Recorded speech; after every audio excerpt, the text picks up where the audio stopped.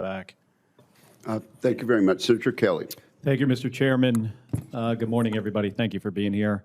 Admiral Richard, during your tenure at STRATCOM, you underscored the growing challenges of deterring two nuclear-armed peer adversaries at once.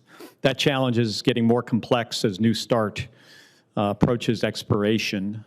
At the same time, this administration is trying to throw billions or hundreds of billions eventually at this Golden Dome concept, a homeland missile defense supposedly scaled to counter full salvos of nuclear ballistic missiles from both Russia and China. Physics favors the offense. Intercepting ballistic missiles with decoys present at hypersonic speeds in mid-course or terminal phase is extremely hard. Countermeasures are cheap. Tests are scripted, and real adversaries adapt. A defender must stop everything. The attacker only needs a few to get through. In my view, missile defense can undermine mutual deterrence, and I think a shield can be a false sense of security. So here's the question. In a world without arms control limits and with two major adversaries potentially expanding their nuclear arsenals, what are the strategic implications for pursuing this kind of defense? Senator, first, I would support additional defenses, air and missile defenses for the United States in terms of the way it enhances our security. I think the success of the Israeli system is an example of the technical challenges that you just described can be addressed. No, you feel they can be addressed at scale? I do think with they can be full salvos of absolutely, ICBMs? because the goal is not to, you're not going to intercept every single weapon going in, but you will intercept enough of them that one will drive your opponent to have to consider a much larger attack than they might otherwise have. There's a deterrent value in that alone. And then introducing a lack of confidence on the part of your opponent that their attack is going to be successful, yet they will carry all the consequences of having started it, I think enhances our security.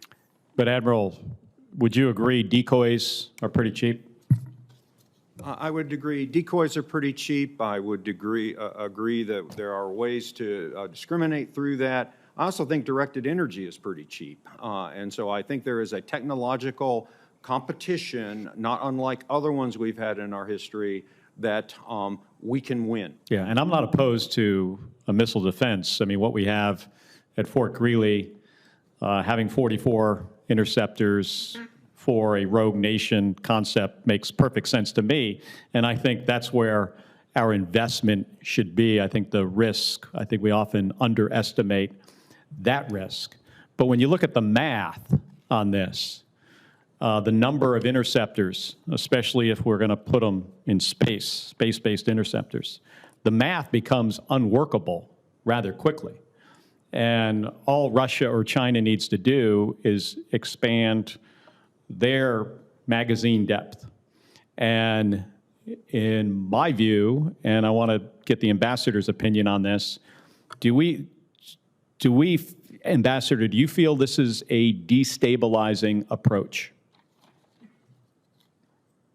It depends on what the "this" is, Senator. Well, the Golden Dome system that we could spend upwards of $1 trillion on to build a system of space-based interceptors to try to intercept a full salvo of nuclear weapons from Russia and or China. I support what we agreed and recommended in the Strategic Posture Commission report. That is limited missile defenses against conventional and nuclear threats to the United States, integrated air and missile defense, I stress, because there are also a lot of air-breathing systems. We spent a time this morning talking about Russian exotic systems. These new nuclear-propelled systems are not on a ballistic trajectory. Right. They are air breathers, and they come in under that ballistic trajectory. So I think we need to take a comprehensive look at this, including the very long experience the Russians have with countermeasures of all kinds, and figure out what will buy us the most effectiveness in countering limited, opportunistic attacks on our critical targets. Yeah, I agree with you. On the limited, opportunistic attacks, we need something.